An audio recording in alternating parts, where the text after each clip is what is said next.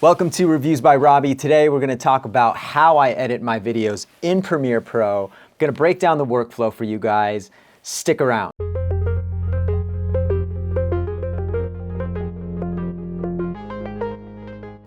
Okay, the first tip is actually an organizational tip. It has nothing to do with editing, but I like to keep organized and pick my topic out beforehand. So I write everything old school style on a whiteboard, bullet points in hand, and it keeps my thoughts organized, and I'm able to structure my bullet points, my pros and cons, and just keeps everything sort of in a flow so I'm not having to do a ton of editing after the fact. Because the last thing you want to do is have a ton of different takes and you're just sifting through bad takes because you didn't spend 30 to 40 minutes doing any pre-production. So make sure you pick your topic, or you can even script it out and put it on a teleprompter. I personally don't like to do that because I feel like it's a little rehearsed and a little scripted. I like to make things up on the fly, but still have a structure. So have a structure of your edit. I make one long talking head take like this, and I just kind of riff. If I mess up, I just repeat the line over and over until I get it right. So I do a lot of the editing in camera.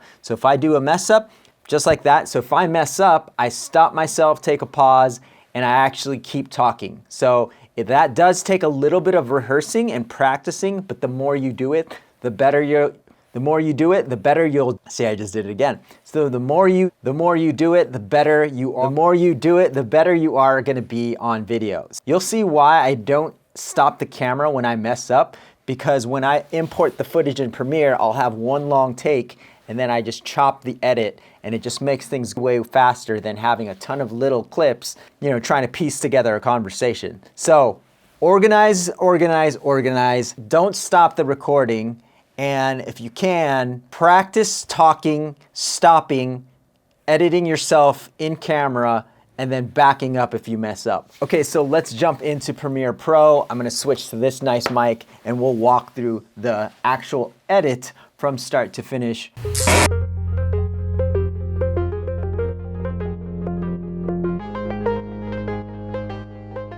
All right, now we drag our media onto our SSD. We're gonna wait for that to copy, and we're gonna start labeling our folders and our project in Finder. So we're gonna start with our Premiere project. That's where we're gonna hold our project. We're gonna have A-roll and B-roll and unused takes. I'm gonna grab everything that's talking head into A-roll, and anything that's B-roll obviously goes into the B-roll.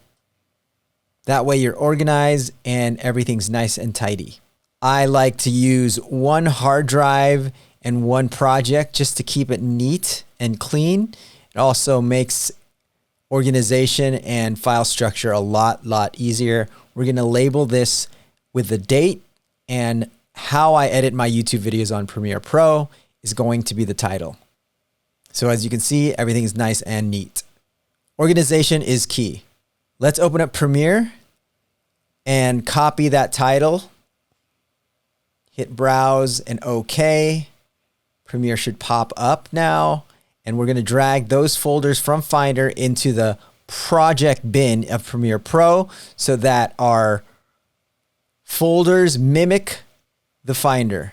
The bin mimics the Finder, so it's mirrored. As you can see, they're going to be the same exact folder structure. We're going to create a new sequence. Right-click into the bin, go to Settings. You're going to pick DSLR 23976, and we're going to be in HD 1920 by 1080. Hit OK. We're going to name the sequence the same name as our project. Drag the A-roll into the sequence, and from there, I'm going to get rid of some bad takes. So I know these first two clips are bad, and I'm going to get rid of them. So let's expand and drag our audio and video layer. Having the sequence bigger and showing these waveforms allows you to cut the dead space. This is super helpful, especially for dialogue editing.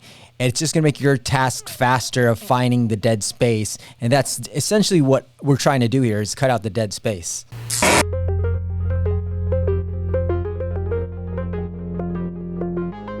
We're gonna use 4 buttons to trim dialogue. We're gonna use Q, W, Apple K, and spacebar.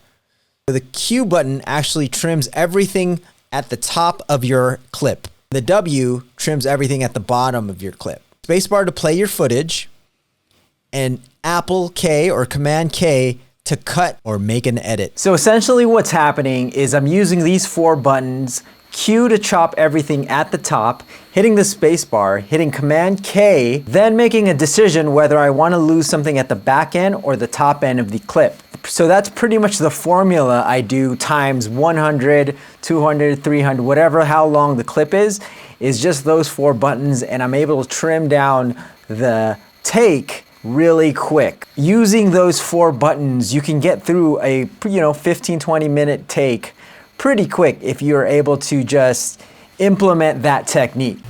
After the dialogue editing, I start to build a plan in my head of what B-roll shots go where. This is definitely a personal choice. You don't have to use B-roll, but I like to use B-roll where it's needed. Like if I'm talking about a certain thing, if I want to stylize a separate feeling, I'll put a B-roll shot to emphasize my point. A lot of people just use B-roll for the sake of visualization. That's okay too, but I personally use B-roll to supplement the story, to drive the narrative. B-roll is very, very powerful. If you're talking about a certain thing, cutting to it in the edit tells your viewer, pay attention to this one thing that I'm showing you. After B-roll, I start to think about the musical elements I want to incorporate. If I want music, those are all choices you have to make as an editor and as a filmmaker. Music is going to dictate the tone and vibe for your viewer. Take a look at this example with 2 different types of music for the same edit. And you tell me in the comments which one you like better, and I'll let you know which one we ended up going with the client.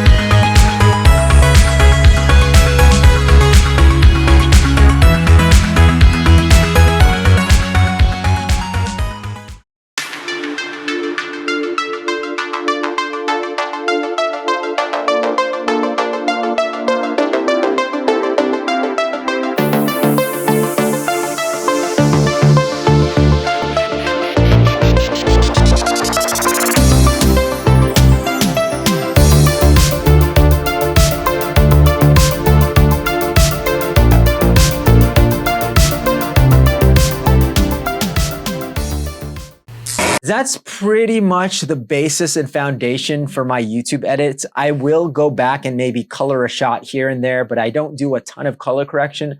I shoot everything in camera for the sake of workflow and speed. After that, we're ready to export, and then it's pretty much a done deal. I will make the thumbnail and upload it, and then schedule the posts, and that's it.